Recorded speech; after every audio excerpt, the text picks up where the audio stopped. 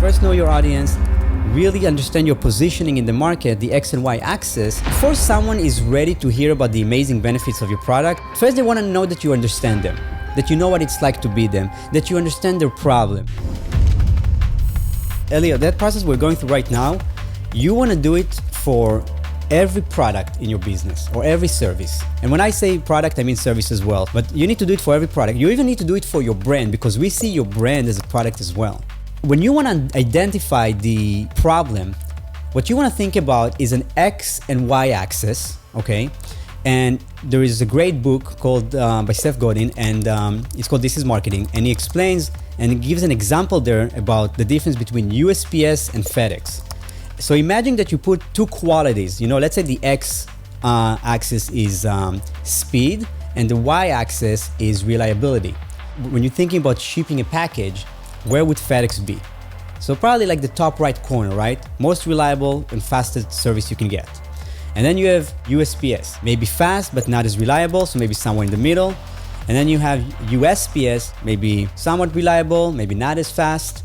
But you want to figure out what is that X and Y axis for each of your products and also for your brand as a whole. And you can pick those. And you want to pick those based on the audience, go back to what we've done before, that you want to serve, right? What they care about, what matters to them. And that's how you can find yourself, what we call in the marketplace, your positioning. So when you understand your positioning, it's much easier than to understand what problem you're solving.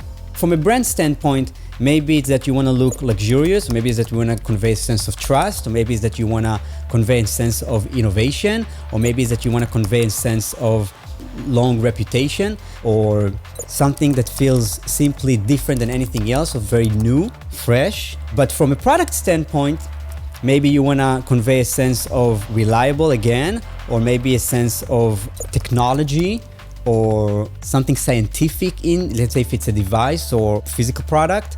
If it's a service, maybe a sense of care. So you really want to think like, what are those X and Y axes for your product and also for the brand?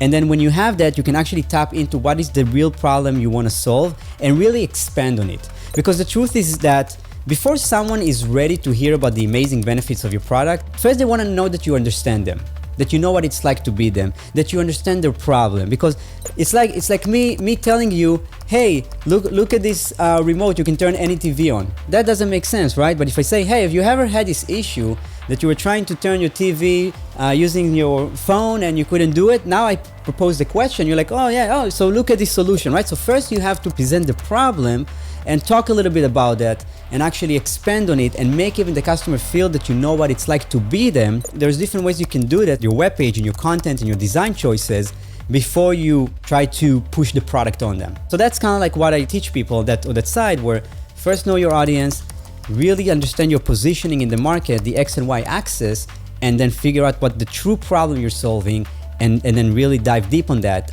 outline that, dive really deep, write it down, and then figure out how you can present it with visuals and the right taglines and content on your website. If you like what you saw, join our community. We're going to show you step by step how to take your business to the next level online.